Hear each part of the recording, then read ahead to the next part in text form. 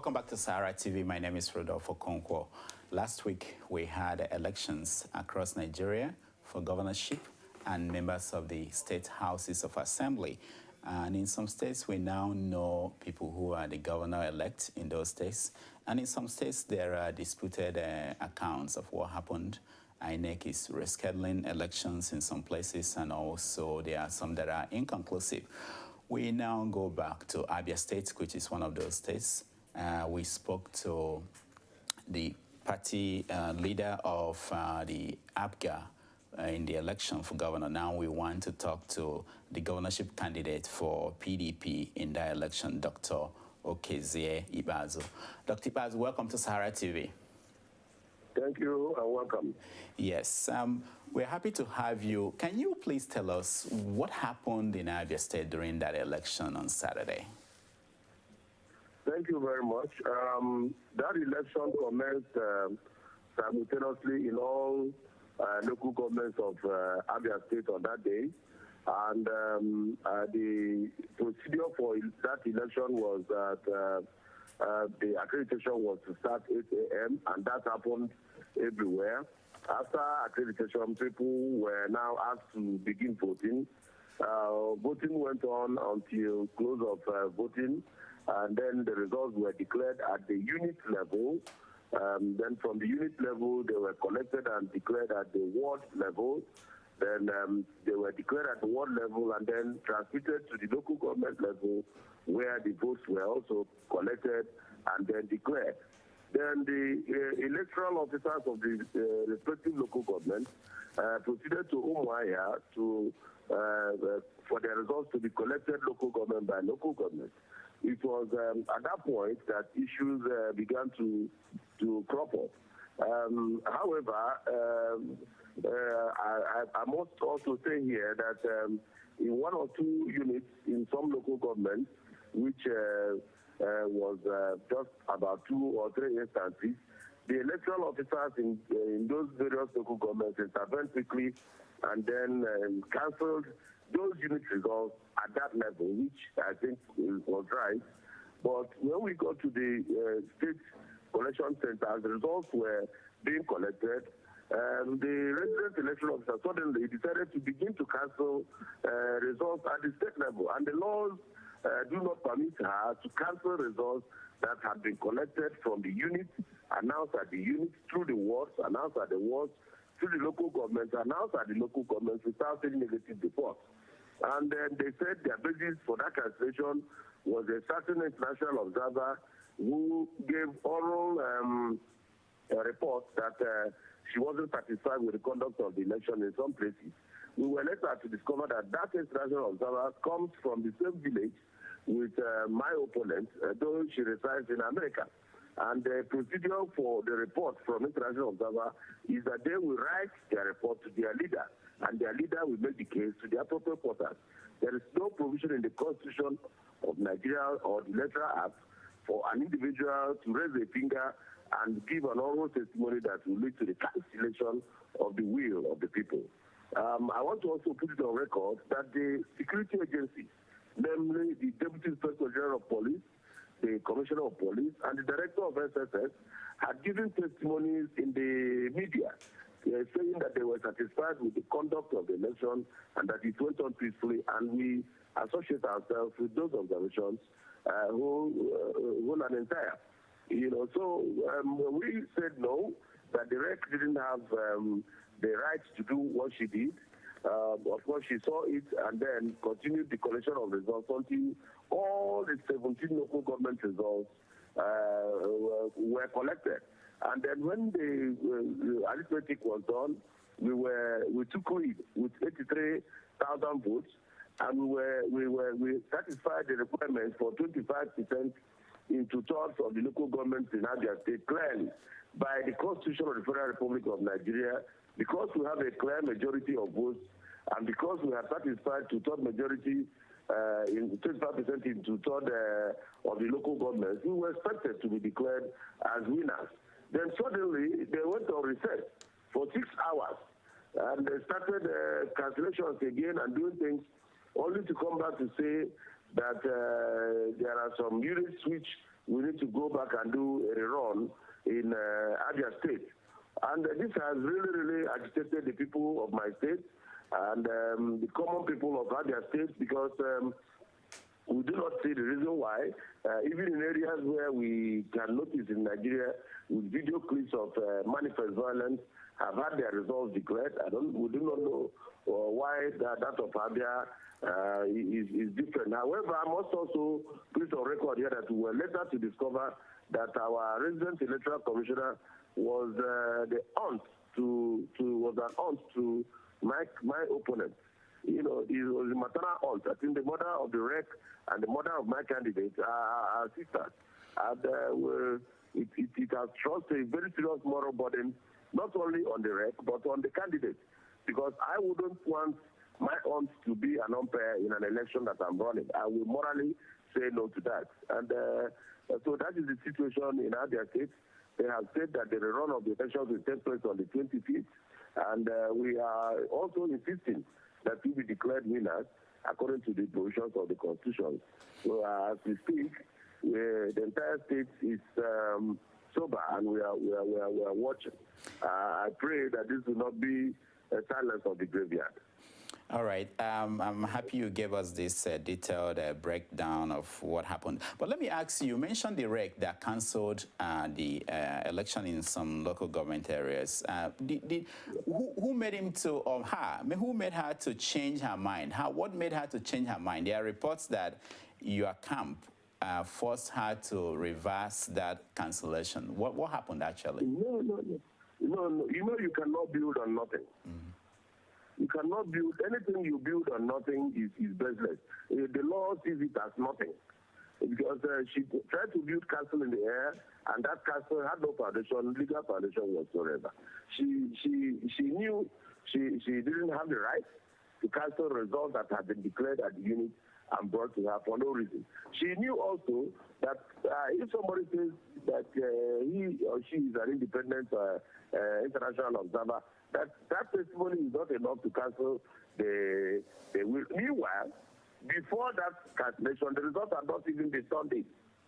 She just took that decision, and it was a very bad thing. A lot of things happened under the bridge. A lot of water went under the bridge. Somebody claimed that a call came from Abuja, and it was later discovered that no call came from Abuja. The only explanation is that some money passed through hands, and they wanted to try to build a castle in the air. So it wasn't as a result of anybody's influence per se. It was as a result of the fact that you cannot build on nothing. You can't build a castle in the air. Now, you also said that everything was going well until we went to the coalition center. Did the governor come there, the governor Theodoji? Did he go there with armed men, and what was the environment? Were you there too? What was the environment like? Oh, yeah, I went there. Alex Oti went there. Of course, the governor went there, and Alex Oti goes with a retinue of soldiers and policemen. But that wasn't the issue. The governor did not come with any armed men because the INEC office and the INEC personnel were adequately protected. I think he went there as a person, he went there as a stakeholder, and there was nothing connecting his visit with armed or whatsoever. But the fundamental issue is that what kind of, on what plank, legal plank, would the REC rest her decision to cancel, apart from the fact that she's probably related or compromised, I don't know. So where are things now today? There will be re-election, there will be make-up election in some places. What is the final INEC position? Well, we just saw a pronouncement by the REC today that elections will proceed in those units which he had purportedly cancelled. But we are telling the world that consistently, Abia State, 30% to 35% of the voters, registered voters in Abia State, have turned out to participate in these elections. In the presidential election, we voted less than 400,000. In this particular election, we voted about 400,000 in all. So even if she says 177,000 voters votes are at stake, we are also anticipating that only 30% of that voter strength will come out for the election. And then we'll see how 30% of that will translate into a victory for somebody that is trailing with 83,000 votes, unless there is something magical they want to do. Now, you are described in some media as Theodore Orji's pick. That is, you are the hand-picked candidate of the governor. Is that a fair description, and is that a factor in what is happening in the states now? It is laughable. I took a doctorate degree at age 29 in biochemistry. By 2002, when I joined politics, I had taught in 4 different universities. I was head of department and member of University Senate twice, and I have been in politics for 14 years. It is not possible that I can be anybody's lucky. But I want to also say that my opponent, who is now in Africa, tried to buy the ticket of PDP, where do we now say that he wanted to be his lucky or the lucky of the governor? The truth of the matter is that the process of emergence of candidates is a very rigorous one, and it is clearly stated. It must pass through primaries, and before I emerged, I had to convince 52 stakeholders in Abia State. I told them about my vision and what I wanted to do. The only difference is that I'm an ordinary man, I'm a common person. I'm also humble enough to seek endorsement whenever I need it. And if I don't get endorsement from anybody, I don't begrudge that person. I will go to the next person and seek him, because politics is about endorsement. If Bill Clinton did not endorse Obama, he wouldn't have had a smooth when he ran the election. So, but some people feel that money can answer everything. And the people of Abia are saying that no, money cannot answer everything. That for the first time, they want to vote an ordinary person, a common person, to come and solve the problems of the common man. And that is what I represent. It is the middle class that is in jeopardy in Abia State, and that is the people that have come out to speak. How many people are wealthy? They are less than 10% in the society, and we have voted against them. And they now want to survive by buying things.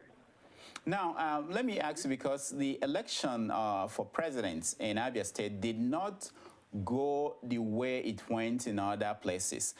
We are hearing, of course, there are challenges to the election of Governor Theodore Orji to the Senate. Are you surprised that the one for governorship election didn't go as well? Because knowing what happened during the presidential election, are you surprised by what is going on now in this election that you participated in? The trend is consistent. The trend is consistent because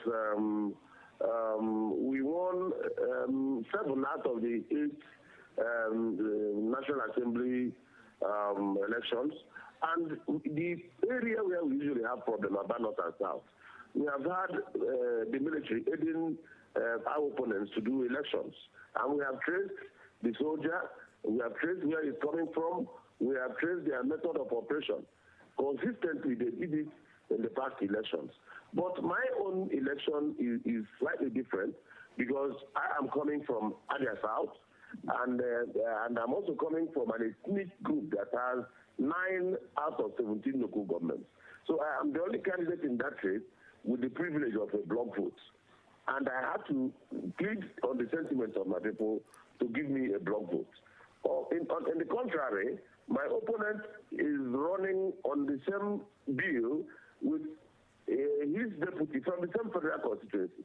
He is from Arochukwu, and his running mate is from Okezie. Both of them are from the same federal, without respect for the 2 other senatorial zones of the state. There is no way he could have garnered as much votes as we did. Given the fact also, I must also say that a few people may feel bad about their relationships, which is entirely personal. But I have my strategy, which is to plead to my people to come out and vote. I'm even surprised that I did not get much more than what I got. All right, we're really out of time, but I have to ask you this one question. I saw that you were the Director General of Abia State Environmental Protection Agency until last year, sometime last year. Deputy General Manager. Deputy General Manager, okay. So can you give an explanation, because this baffled a lot of people. There was a picture of Abia and the sanitation situation in Abia. How did that happen? Well, it's about where did you meet the problem and what you were able to do while in office. Abia was worse than what it was before I took over. Abia generates about 4,800 metric tons of garbage every day. And I am the only person who gave, for the first time, what is now known as Abia State Waste Management Plan or Waste Management Policy, which the African Development Bank has adopted as a working tool for the aid they want to give. And I was also the first person that introduced the process and procedure for waste evacuation in Abia. I cannot claim that we were able to do everything that we needed to do, but I certainly know that I received 92 awards on that job. I did it for about a year and 6 months. And our greatest challenge as it were was that we were not able to get around to waste recycling or turning waste into wealth. Because if you want to rid a place of wealth, you must also think about what to do with the waste at the tertiary dump. But going forward, we have an idea of investment partners that will come and turn Abia waste into wealth, and then we will employ people, and then the streets will be rid of filth. All right, Dr. Okezie Ikpeazu, thank you so much for joining us. Thank you, and God bless you. All right, that has been the PDP candidate for governor in Abia State. He's discussing the situation in Abia about the governorship election. When we come back, we are going to continue our coverage of the aftermath of that election that took place on Saturday. Stay tuned.